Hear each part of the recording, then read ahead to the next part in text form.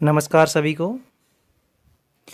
आज हम करेंगे आपकी राजनीति विज्ञान कक्षा 12वीं की, जिसका हम करने वाले हैं पहला अध्याय। पहले अध्याय में जितने भी आपके एमसीक्यू आते हैं वे आज क्लास हम करने वाले हैं। एंड जितने भी एमसीक्यू अभी तक एग्ज़ाम में आ चुके हैं और जो अब आपके आने वाले एग्ज़ाम हैं उनमें जो महत्वपूर्ण रहेंगे वही हम करने वाले हैं, जो हमने वही क्वेश्चन लिए हैं जो आपकी परीक्षा की दृष्टि से मोस्ट रहते हैं। तो चलिए क्लास को स्टार्ट करते हैं। जैसे कि पहला क्वेश्चन है हमारा कि द्वितीय विश्व युद्ध के उपरांत दो महाशक्तियाँ उभर कर सामने आई। यानी जब जो द्वितीय विश्व युद्ध है जो चला था 1939 से 45 तक, ठीक है। 1939 से 1945 तक जो विश्व युद्ध चला था द्वितीय, ठीक है। इस युद्ध के बाद में दो महाशक्तियों का उदय हुआ था। उपरांत यानी युद्ध के बाद। तो ये दो महाशक्तियाँ कौन सी थी? संयुक्त राज्य अमेरिका और चीन, सोवियत संघ और यूनाइटेड किंगडम, संयुक्त राज्य अमेरिका और सोवियत संघ, उपयुक्त में से कोई नहीं। तो इस जो क्वेश्चन है इसका सही जवाब हमारा रहने वाला है कि 1945 के बाद यानी शीत युद्ध का अंत के बाद एक तो आई थी संयुक्त राज्य अमेरिका महाशक्ति बनी थी और दूसरा सोवियत संघ, यानी जो ऑप्शन सी है वह हमारा सही जवाब होने वाला है। तो पहले का ऑप्शन क्या हो जाएगा? सी सही जवाब हो जाएगा कि संयुक्त राज्य अमेरिका और सोवियत संघ दो महाशक्तियाँ दुनिया के सामने उभर कर आई थी। चलिए हम अगला क्वेश्चन देखते हैं। जैसे कि हमारा अगला क्वेश्चन है, सोवियत संघ का विघटन कब हुआ था? ये थोड़ा क्वेश्चन पूरा नहीं है तो ऐसा होगा, सोवियत संघ का विघटन कब हुआ था? यानी जो सोवियत संघ था, जो महाशक्ति थी, उसके छोटे छोटे टुकड़े कब हो गए थे? तो ऑप्शन हमारे सामने है 25 दिसंबर 1991, 25 दिसंबर 1990, 25 दिसंबर 1992, 25 दिसंबर 1993। देखो एक तारीख 25 दिसंबर तो आपकी फिक्स रहने वाली है, तो सन आपको बताना है कि 1991। कब है? 1991। इन जो ऑप्शन ए वे हमारा सही हो जाएगा कि सोवियत संघ का विघटन हुआ था 25 दिसंबर 1991 को हुआ था। चलिए अगला क्वेश्चन देखते हैं। यूरोपीय आर्थिक समुदाय की स्थापना कब हुई? अगर आपको क्लास अच्छी लग रही है तो आप क्लास को लाइक और शेयर कर सकते हैं। कमेंट भी आप करते रहिएगा। जो कमेंट क्या होता है, एक मोटिवेशन का जरिया होता है। हमें मोटिवेशन करने के लिए अगर आप अपने आप को मोटिवेशन करना होता है तो हम आप लोग कमेंट पढ़ते हैं और आपके द्वारा भेजे गए कमेंट हमें बहुत ज़्यादा मोटिवेशन देते हैं। तो कमेंट आप कंपलसरी है आपके लिए, कमेंट बॉक्स यहाँ खाली नहीं रहना चाहिए, आप कमेंट करते रहिए। यूरोपीय आर्थिक समुदाय की स्थापना कब हुई? तो यूरोपीय आर्थिक समुदाय की स्थापना हुई थी 1992 में, यानी जो ऑप्शन बी के अंदर दिया गया है, ठीक है। तो इसका आप सही जवाब कर ले हुए कि यूरोपीय आर्थिक समुदाय की स्थापना हुई थी 1992 में। चलिए अगला देखते हैं। हाँ, अगला क्वेश्चन हमारा मई 1945 में राइक्सटैग बिल्डिंग बर्लिन जर्मनी पर जिस देश के सैनिकों ने झंडा फहराया था उसका नाम क्या था? ठीक है, बर्लिन और जर्मनी में जिसने झंडा फहराया, यानी जिस देश के सैनिकों ने झंडा फहराया उस देश का नाम क्या था? तो वह था सोवियत संघ। कौन सा था? सोवियत संघ। आपको याद रखना है, सोवियत संघ ने झंडा फहराया था इस पर, ठीक है, ऑप्शन ए। और द्वितीय विश्व युद्ध समय इसी समय अमेरिका ने परमाणु बम डाले थे जापान पे। जापान के दो शहर थे, हिरोशिमा और नागासाकी, और उन्होंने प्रथम बार परमाणु परीक्षण किया था वह जापान पे ही किए हैं। यानी पहली बार परमाणु बम किस पे डाले गए थे? तो जापान पे डाले गए थे। जापान ने अपनी हार स्वीकार कर ली थी, फिर भी अमेरिका ने अपना वर्चस्व बढ़ाने के लिए परमाणु डाले थे। चलिए अगला क्वेश्चन देखते हैं। क्यूबा मिसाइल संकट के समय सोवियत संघ का नेतृत्व जिस नेता के हाथों में था उसका नाम था, ठीक है। इसका जवाब आप लोग मुझे कमेंट बॉक्स में बताएंगे। आपके सामने 4 ऑप्शन दिए गए हैं, आपको बताना है जो क्यूबा मिसाइल संकट था उस समय सोवियत संघ का नेतृत्व किस नेता के हाथ में था।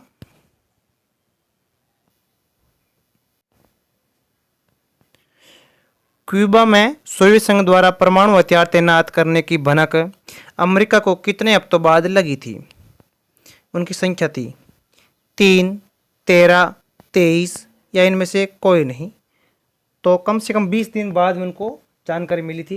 तो अर्थात हम कह सकते हैं 3 हफ्ते, यानी 3 हफ्ते बाद अमेरिका को पता चला था कि क्यूबा में सोवियत संघ ने परमाणु हथियार तैनात कर दिए हैं। निम्न में कौन सा सोवियत संघ का विघटन का परिणाम नहीं है?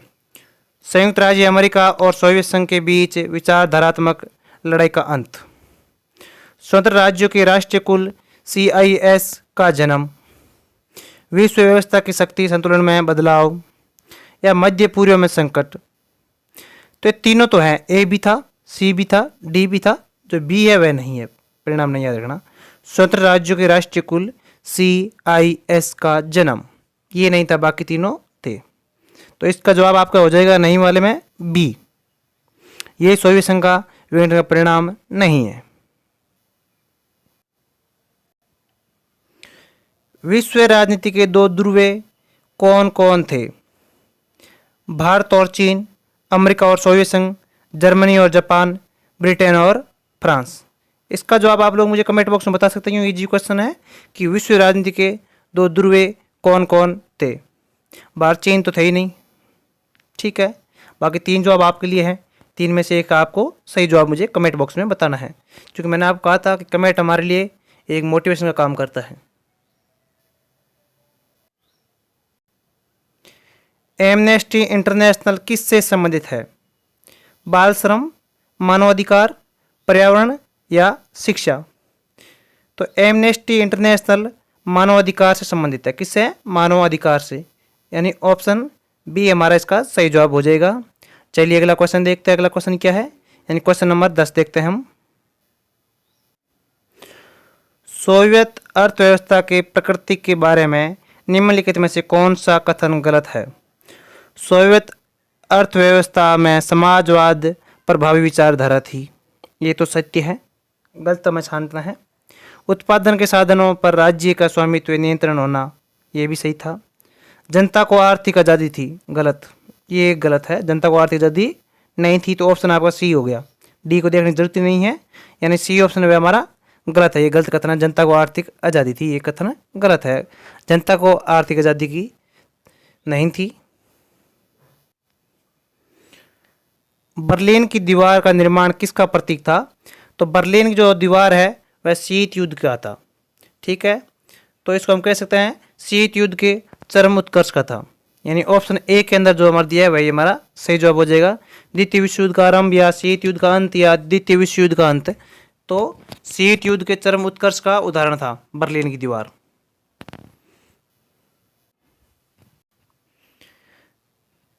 लेनिन का संबंध किससे है? तो सोवियत संघ का था। ये किसका था? लेनिन सोवियत संघ का था। देखो क्वेश्चन ज़्यादा है तो हम सीधे करेंगे आंसर, आपको हम ऑप्शन बता के करते हैं तो वीडियो थोड़ा बड़ा हो जाएगा और आप लोग इतना बड़ा वीडियो देख पाएँ या ना देख पाए, इसलिए हम थोड़ा वीडियो छोटा रखने का प्रयास करेंगे। और जो ये वीडियो के जो PDF है वह PDF आपको मिल जाएगा हमारे टेलीग्राम चैनल पे, जिसकी लिंक हम आपको डिस्क्रिप्शन में दे देंगे। वहाँ से आप चैनल में जुड़ जाइए और वहाँ से आपको PDF अवेलेबल हो जाएंगे।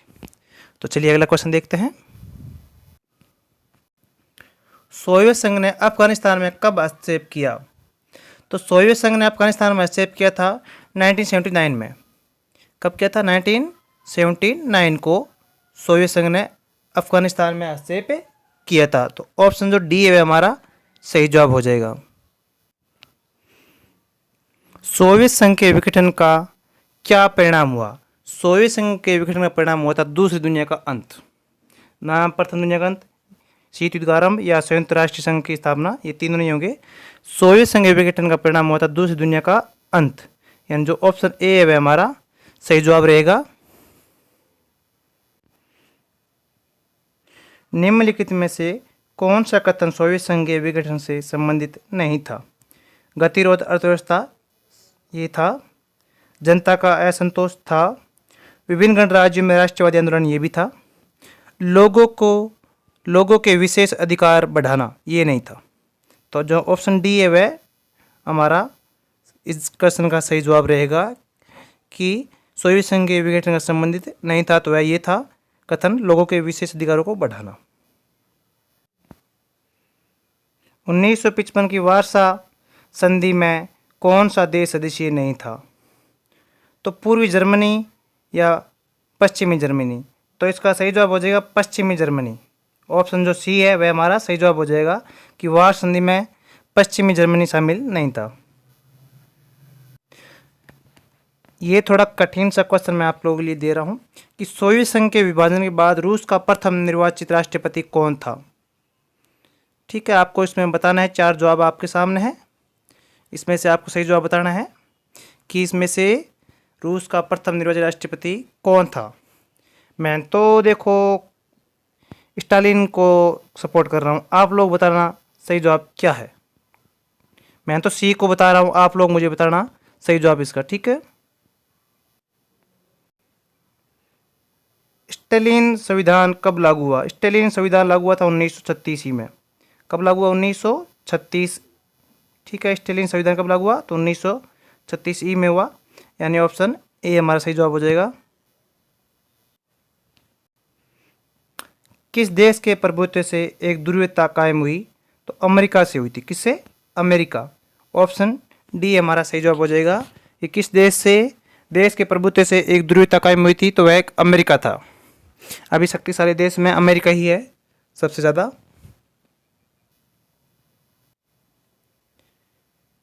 उन्नीस सौ 17 में रूस में समाजवादी राज्य की स्थापना किसने की थी? तो वह कौन था? लेनिन था। कौन? लेनिन। 1917 में समाजवादी राज्य की स्थापना करने वाला।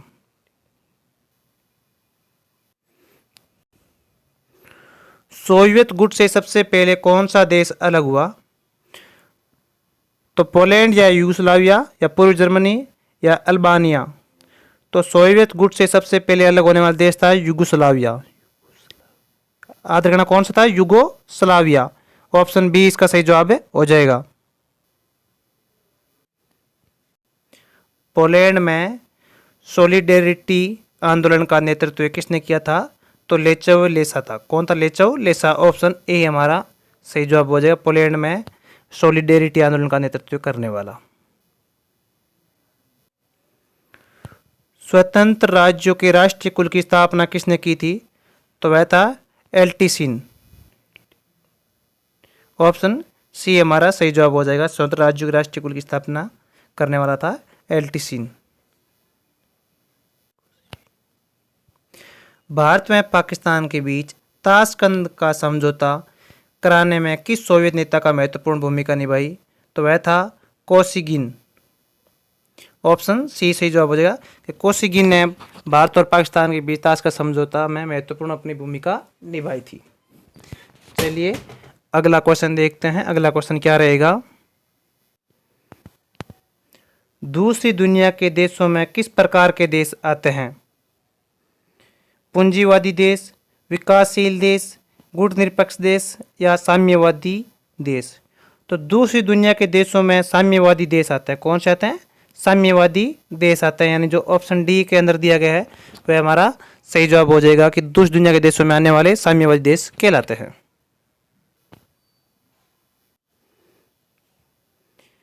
किसने सामरिक भागीदारी का सुझाव रखा था? तो वह था रूसी राष्ट्रपति पुतिन। कौन था? पुतिन। और वर्तमान में भी राष्ट्रपति कौन है रूस का, ये आपको कमेंट बॉक्स में बताना है। ठीक है, सामरिक भागीदारी का सुझाव देने वाला था रूस का राष्ट्रपति पुतिन।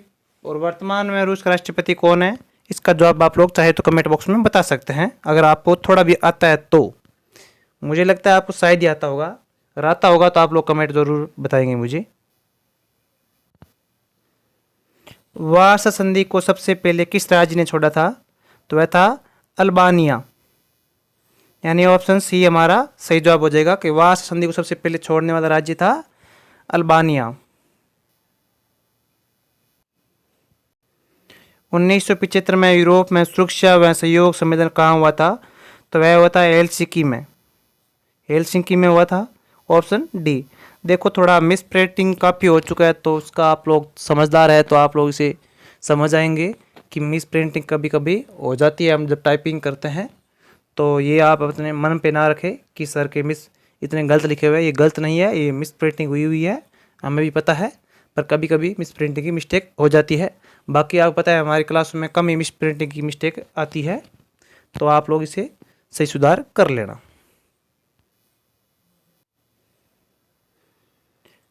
शाही सहयोग संगठन में कितने देश शामिल है?